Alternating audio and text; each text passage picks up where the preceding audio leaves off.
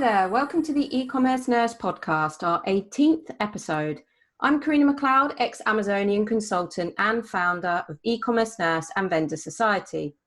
Today we're going to be talking about the importance of using software to scale and grow your Amazon business.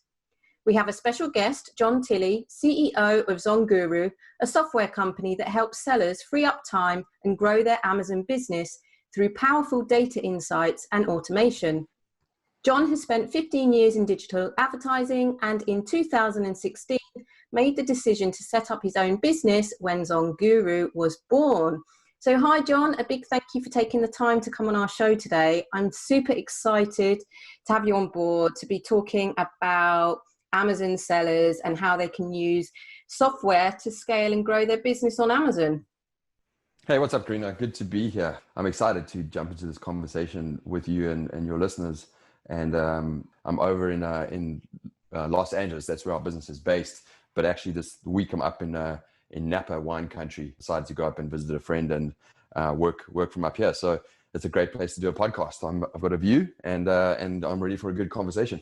Yeah, definitely. Shame this is just audio and we don't get to see outside your window.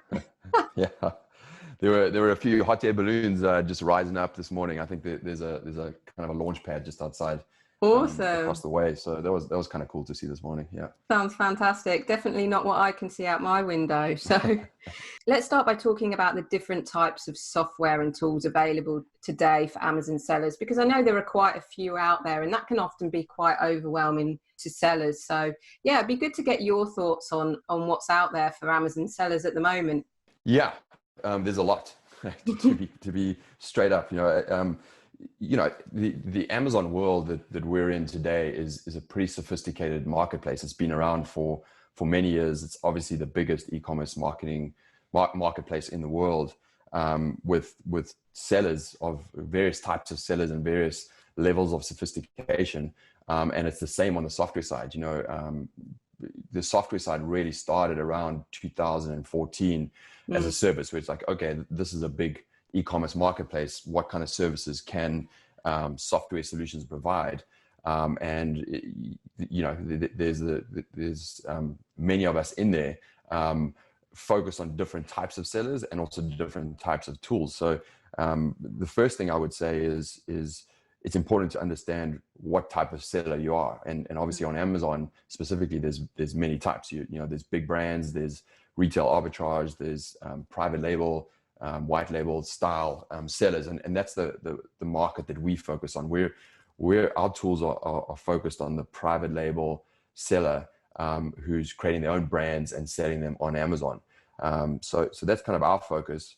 But in terms of tools that are out there, the way I would divide it is really depending on what phase of your Amazon business you're in. So if you're in hey, I'm just looking to get started and I'm researching, there are many tools out there to help you validate whether something is worth selling on Amazon and what the opportunity is. So that's one area. Mm-hmm. The next one is really around listing optimization and launch, which is obviously a very kind of like SEO focused, on Amazon platform. So what kind of keywords can I get at? How can I optimize for that? How can I create a launch strategy around that? And then finally, there's kind of there's a few more, but one is obviously, business management. So how do I connect with my customers, manage my customers? How do I look at my profit and loss?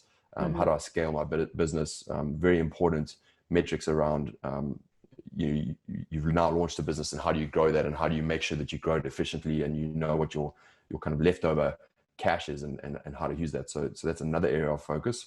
And there's sourcing, how do you connect with the right sellers? That's another area as well. So it really depends on what area of your business you're in, and there's many tools out there that you can access. Yeah, and that's really interesting, like you say, when it all sort of started in 2014, because I remember when I first started, working with, thinking back, it would have been 2013 when I started working with vendors and sellers after leaving Amazon.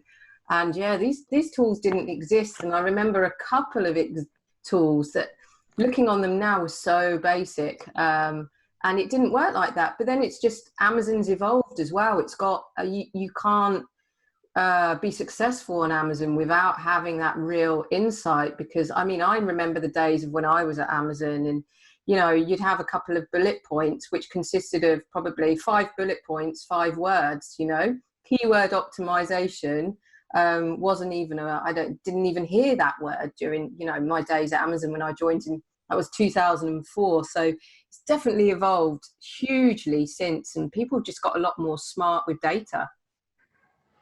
For sure, absolutely, and yeah, the companies that are in the space are obviously much more evolved. You know, we're talking 4 or 5 years of full development focused on creating tools. So the tools are hugely sophisticated now. You know, if I compare what we do with our tool and the kind of data that we process, man, there are multi-billion companies out there with software that don't even do what we do, you know. So there's a lot of data to be processed, and I think you're exactly right. You know, there's 2 things. One is sellers are way more sophisticated. So, you know, that idea of having an optimized listing for keywords, you know, the right kind of images, you know, the videos, you know, EBC, whatever those things are for sellers. There's a lot more sellers that are optimized because there's services out there. There's agencies like yourself that you can pay to really optimize those listings. So it's, you know, you're not going onto page 1 for any product and seeing, hey, half of these guys are not even optimized. You know, across the board, you're seeing sophisticated images and sophisticated listings.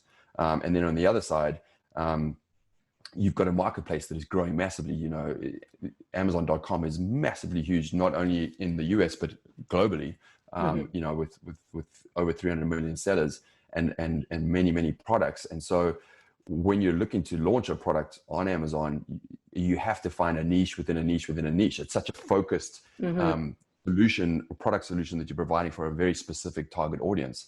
And that in itself is $1 million business. You know, that you're not, as an SMB or a small business owner, you're not potentially looking for that 10 million product idea or the 20 million. You know, you're looking for, hey, what's the thing that can give me high 6 figures or $1 million a year? And that's a very, very small sliver view of data within Amazon. So in order to get to that and understand what those opportunities are, data becomes critical, because you have to peel back the layers to find those niches, and stumbling your way through that without data is a very difficult thing to do. Yeah, definitely, especially because Amazon, I mean, the amount of selection on Amazon, and it was always it's always been about selection with Amazon, but you know, the days of just adding a product and thinking that it's going to succeed on Amazon without doing anything, those days are over. And as you say, sellers have become very sophisticated, and even more so than actual Amazon. Some of the people I still speak with at Amazon internally, the knowledge that sellers have is incredible. And sellers are looking at data that Amazon isn't necessarily even looking at internally, or if they do, they're not sharing it. But you know, it's amazing, and the advancements there of how sellers are almost not necessarily finding loopholes, but how they're taking that data and changing things. And we're actually seeing almost Amazon are learning from sellers these days. Yeah, I would agree with that. I think, you know, as there's becoming more and more competition, more and more traffic, and trying to understand how the A9 Amazon algorithm, which is the algorithm that drives kind of your rankings, right, and organic listings, trying to understand how that works and what are the pivotal, you know, the kind of key data points that A9 algorithm recognizes to help you rank for certain keywords, and then, you know, successfully appear for those. That's something that we spend a lot of time on, trying to understand, okay, what are those key data points and how do we unpack those, so that we can give that information to our customers, so they can kind of make the right decisions for their products and be successful. You know, I think there's the worst case is if you create this amazing product and you're just not optimized in the right way, and you haven't done some key things right, and you're missing out on what could potentially be $1 million product, and ends up being something that you just have to scrap because you haven't been able to figure it out. And it's, if you use data in the right way, you can absolutely figure that out. We're in the process of doing a case study right now with a customer's listing, great product, Mm-hmm. just missing the traffic and just hasn't got the data strategy right. And we're going in right now and redoing their listing, and we're seeing some successful results. And so that's just a perfect case of going, if I just understood how to use the tools and the strategy, I would be in a very different position right now than where I'm at. So it's critical. Yeah, completely. And that's, that's a good point. And sometimes we get clients coming on that like, do you think there's potential? And you can really see, yes, there is huge potential.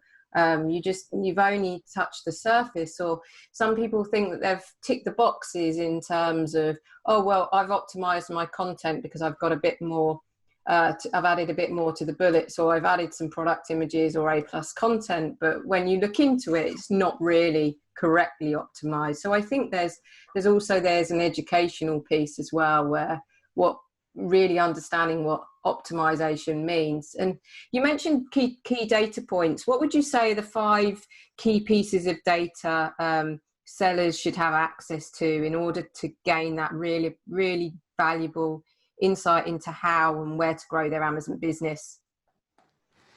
Yeah, absolutely. I think we can dive into that. I think the first point I want to make, and it's a really important point, is data is 50% of the success of your Amazon brand, right? Mm-hmm. The other 50% is your business knowledge, your smarts, that softer skill around how can I understand the need of my customer that I'm trying to target, and how can I make sure that my product is differentiated in a unique way to connect with that audience. Mm-hmm. And that's 50% of the journey right there. And if you do, and the important point is, if you don't get that right around differentiation and creating a great product that connects with your audience, you're never going to win. It's going to be an uphill battle the whole way. However, if you get that part right, good product, good brand, connects with the audience, has benefits, the rest of the piece around the data and how to get there becomes an easy journey, and one that just builds on your great product. So the first point on all of that is make sure you've done your work around your avatar. You understand who you're targeting. You're not just creating a product, and you understand what the needs are and how to create a great product. Because if you don't get that right, there's no point in looking at the data. Mm-hmm. Right? Completely. So I think that's the first point. And then to the points around what is the key data to look at, and it obviously depends on where you are in your Amazon journey. But if you're at that point of saying, hey, how do I actually validate my product idea, or find a product and validate that niche within a niche, the key data points that we look at is answering some 4 basic questions. One is, how much demand is there for that keyword, that product idea that you have, so Mm-hmm. How many people are actually going onto Amazon and searching for that type of product, and what does that landscape look like from a demand perspective? Because what's really important with Amazon is that you're selling on a platform where people are looking to buy a product or a product Mm-hmm. category idea. You're not going on there to create a brand new brand where you bring in that something that no one is looking for. So you've got to understand that there's demand, but how much is there and how much can you capture? So that's the first piece. The second piece is, what is the competition opportunity? So, when I look for that product idea and those keywords, how much competition is there? Some competition is good, but how deep is that, and can I beat them? And how do I beat them? So and importantly, what keywords are those competitors not optimized for that I could kind of own, rather than them? So that's a big piece of competition opportunity, is really understanding that. The next piece is really, how much capital, how much budget do I need? If I'm going to launch a product and I want to compete on page 1 for these keywords, how much daily volume of sales do I need to do to be on page 1? And what does that mean for how much stock I need to buy so that I have sufficient stock up front at the right cost of goods to launch a product and have capital? Is that 10 grand that I need in terms of stock that I need to buy? Or is that 50 grand? And that's a massive decision from a capital investment perspective. So you need to understand, if you're truly going to play with the big boys on that page 1, what is the kind of money that I need to put into this product to be successful, right? So that's a massive piece. And then the fourth one is, how much profit can I make? And that's a massive important question, which is, if I have a private label brand, and Amazon is taking 30 to 40% of that as in fees, what do I need to charge in order to ensure that I have enough profit left over that I can truly make an impact on my business by reinvesting in that business and growing it, with the profits, right? If I'm just getting $1 every single time, that's not going to take me very far on growing a scalable business versus 15 or 20 or 30 or whatever that is. So those are the four main questions that we ask. We provide data on to answer, so that effectively anybody who's validating a product idea, they can walk out on the other side and go, okay, I know how much demand there is. I know how much competition I can get in there. I can win on these keywords.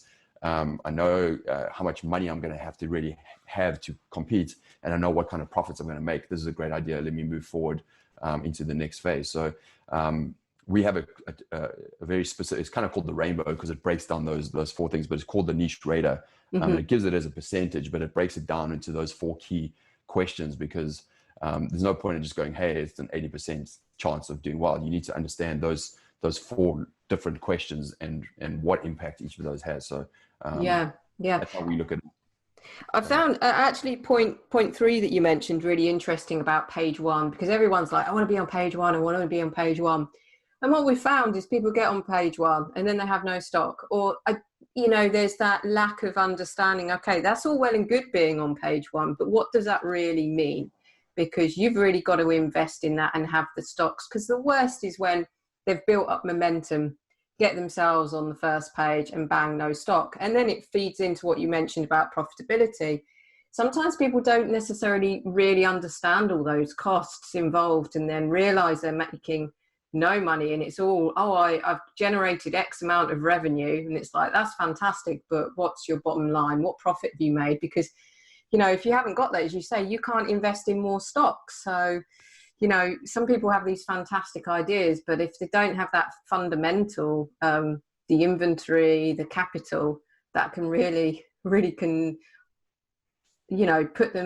stop them moving forward.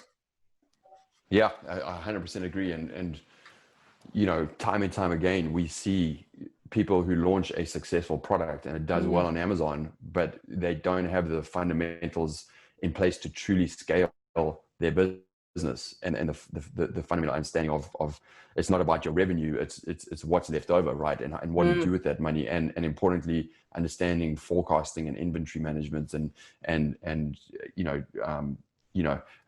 basically and PPC, obviously, which is a really important one, but basically the fundamental, the actions that you need to take every week on your business to make sure that you're keeping that flywheel turning and keeping in favor with the A9 algorithm, and you can grow that business. And many times there's a successful product, they get a few things wrong, they fall out of favor with the A9 algorithm, and then they've gone and ordered all the stock expecting this growth when they ran out, and then it just falls flat. So there's absolutely fundamentals.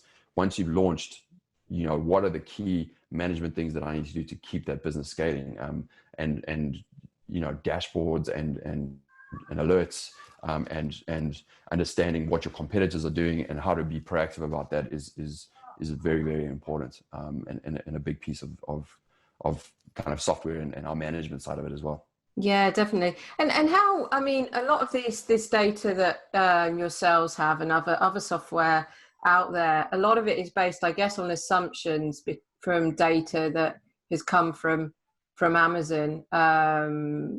How accurate is that data? If businesses are making fundamental decisions based on that, is there any risk to them solely looking at that data?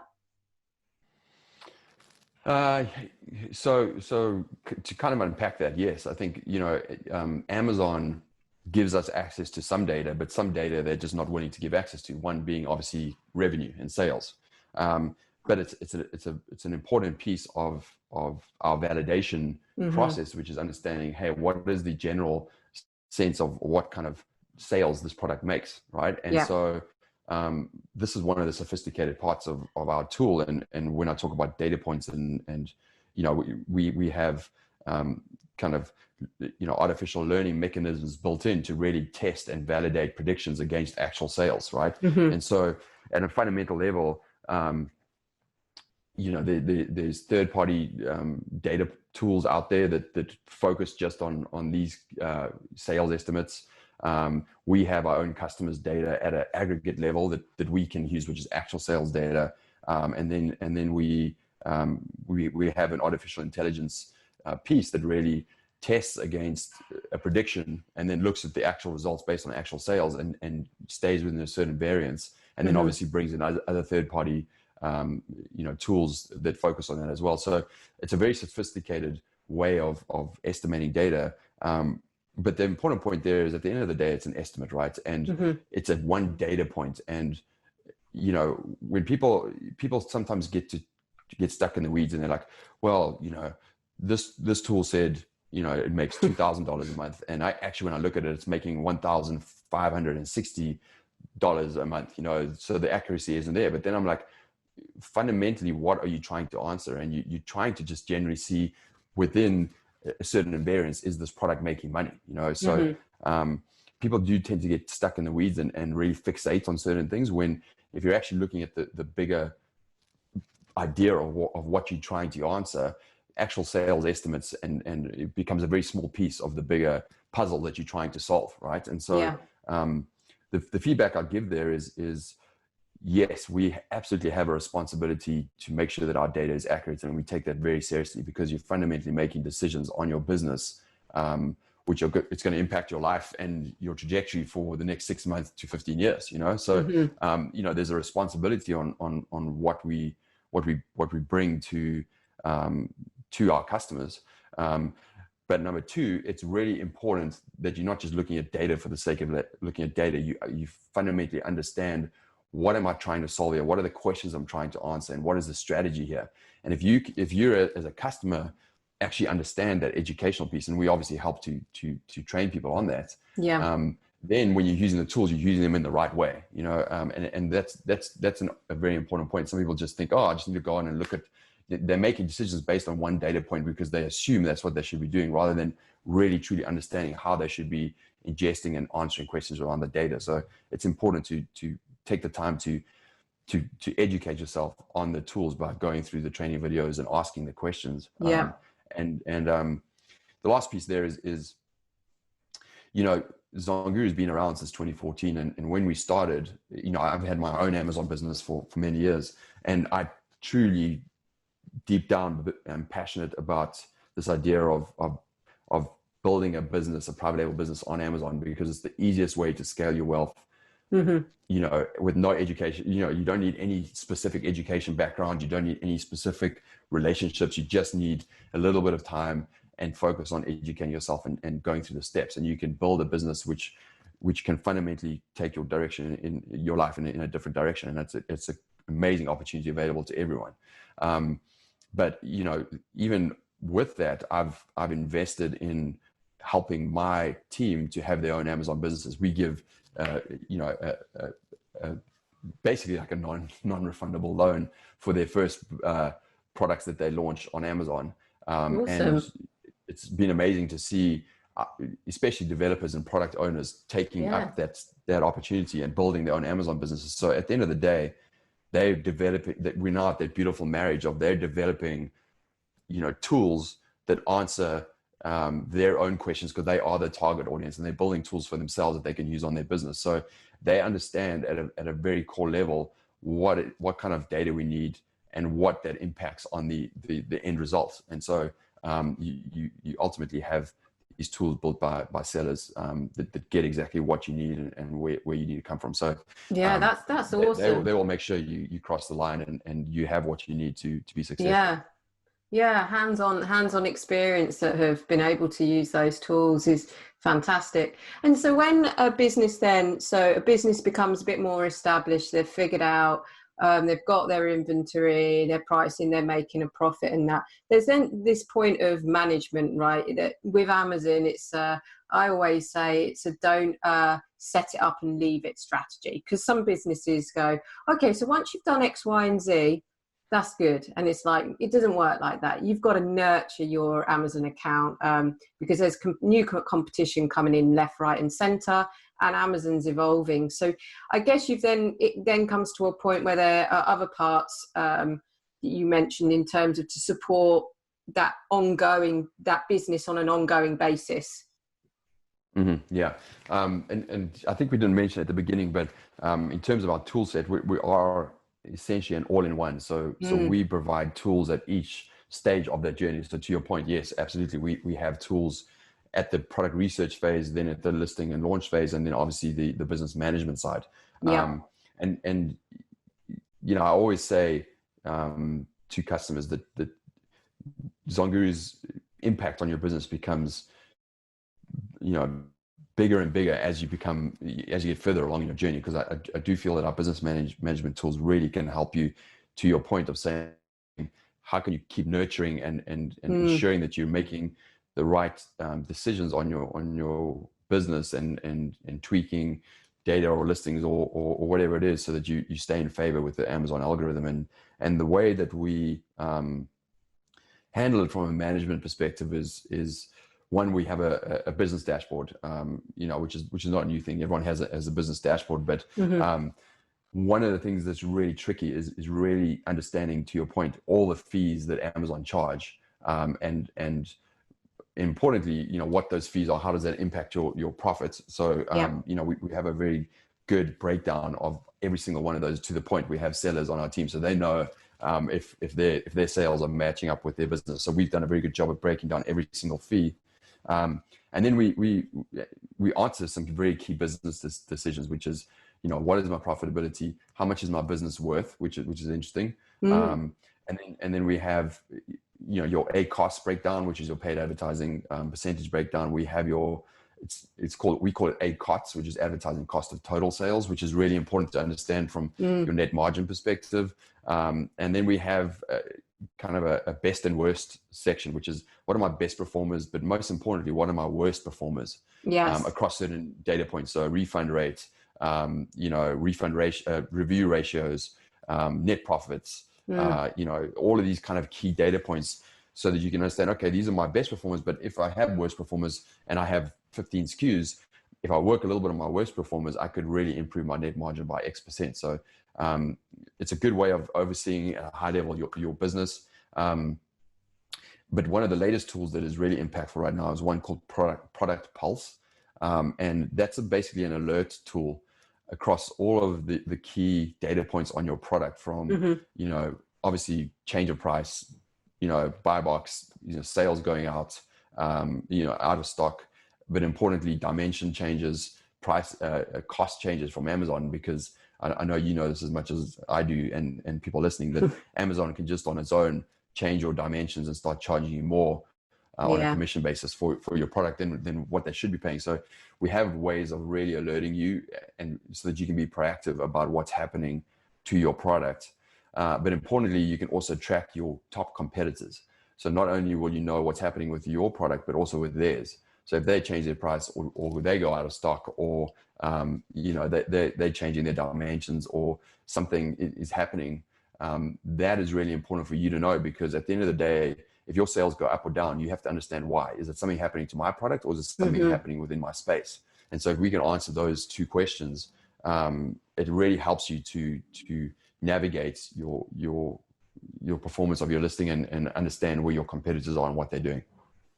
Yeah, completely. And that's it. You've just got to be, with Amazon, it just requires constant management and attention. And as you say, it's like, you can't just sort of sit back and think, oh yeah, it's working, it's bringing in X, because actually there's always tweaks that can be done. And it's like, even with the optimization, we always see it with clients.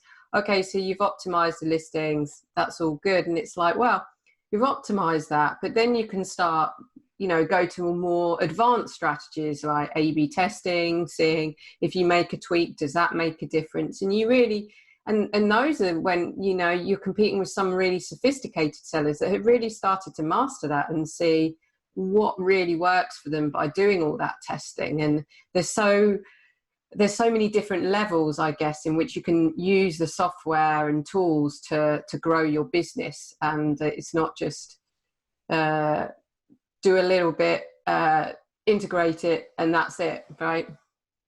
Yeah, I think so. And the way I try to articulate that to Amazon sellers is think about you have to, if you want to be successful with your Amazon business, focus on the big rocks, right? And when I say big rocks, it's like what are the big things that I need to get right on a weekly basis that are the biggest levers that will help my business scale, right?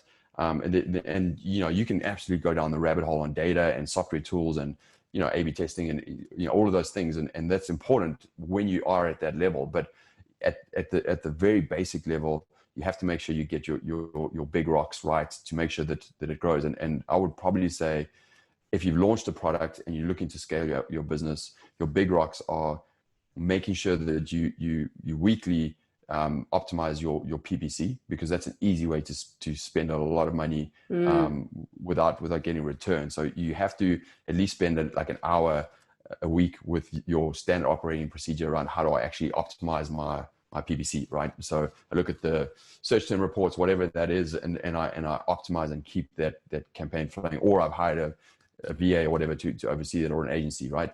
I would say that's an important one. The other big rock is just at a high level, just doing, a weekly, at least a weekly check-in. You could be doing more on your Amazon business and optimizing everything else, right, outside of PPC, but just checking that, making sure that you've got your pulse on your business and that you're constant with that. Because the worst mistake you can make is just say, oh, this thing's selling, and just take your foot off the gas and not look at it again. If you can just get into that disciplined, habitual habit of updating and checking and optimizing your Amazon business at least once a week, you're in a good position. You've done a lot of work up front, so just keep that nurture going on. And then the other big rock would be launching another product.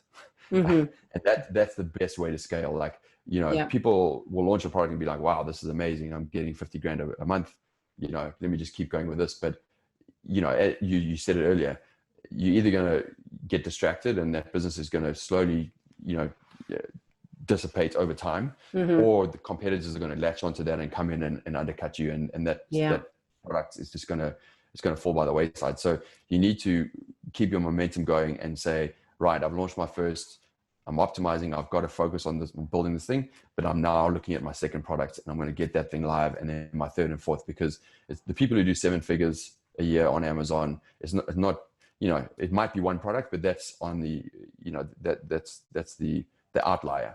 What happens is you get 3 or 4 great products that are doing, 6 figures a year, and all of a sudden you have your 7-figure business. So that's how you grow your Amazon business, is launch a few products on the same marketplace, and just kind of keep that going.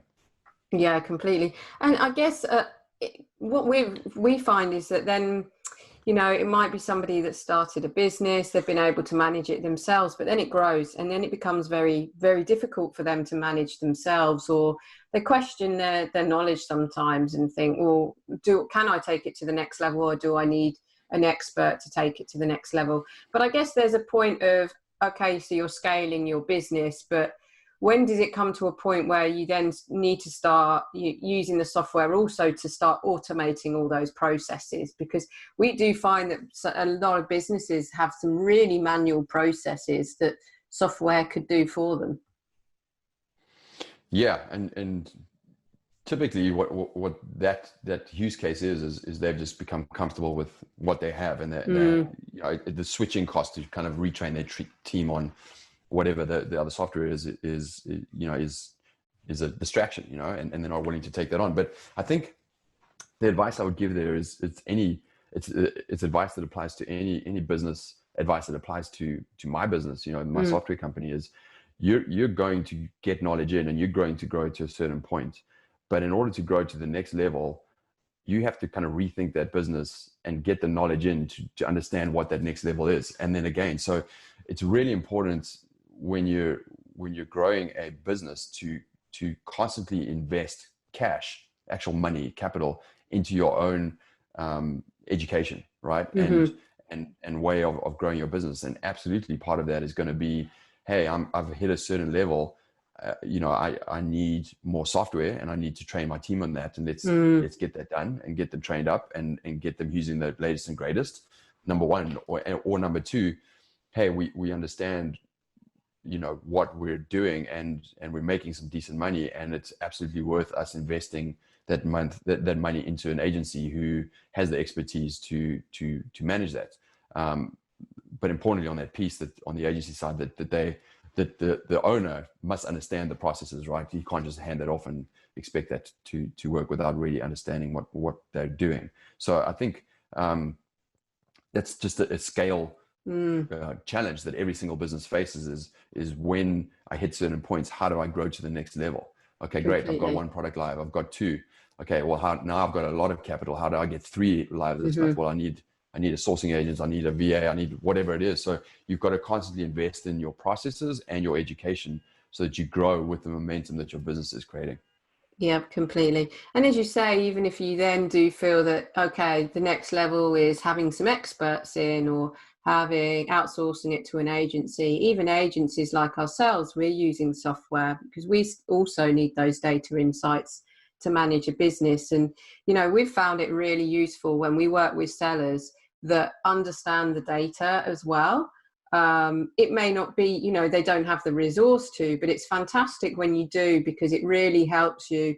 Really, it's easy to explain a lot more than, you know, that real hands-off approach, and not wanting to worry about it, because I think that's where we see a lot more gaps when, you know, we've worked with clients that we've looked at their bottom line and we're like, well, do you realize you're not making any profit?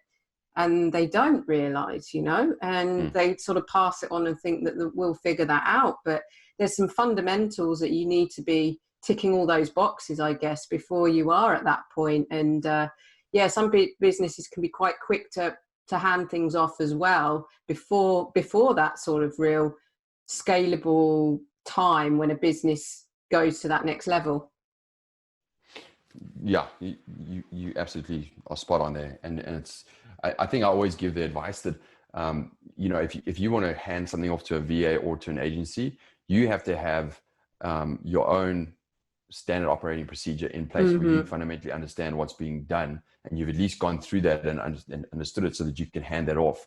And they're going to absolutely improve that, hopefully, and come with other ideas. But at least you have that fundamental understanding, because then the conversation you're having with your partner is deeper, right? Yeah. You're not explaining the fundamentals. You're going in, okay, why is this data point? How do I improve that? The conversation is a higher level of quality and deeper than if not. And, you know, Amazon is touted, you know, back in the day of being this easy, hey, get rich, you know, business, you know, you just basically get a product. But yeah, even back in those days, if you truly want to create a brand in a business, treat it like a business. You know, this is a business. You need to have business fundamentals, and you need to work hard on that business. It's not something you can just go and spend every day surfing and just think, you know, you're going to make money while you sleep, and you do. It makes money while you sleep and everything, but you have to put the effort into the business if you want to get it from that, you know, 20 or 30,000 a month business to the 100,000 to 150. That's a very different business, and you need to, at the very basic level, have the fundamentals in place to understand how to build it.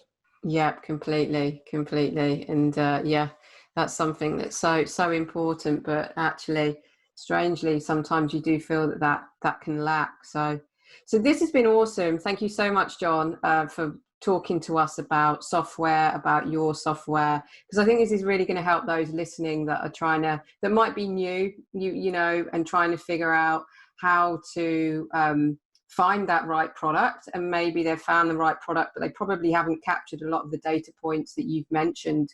I'm sure of that. But then also thinking about long-term, of course, using the software to launch your products, but then that long-term management side of things. So before signing off, I always ask one last question to our guests, and it would be for yourself. It would be, if you were to give one tip to someone looking to use third-party software to support their Amazon business, what would it be?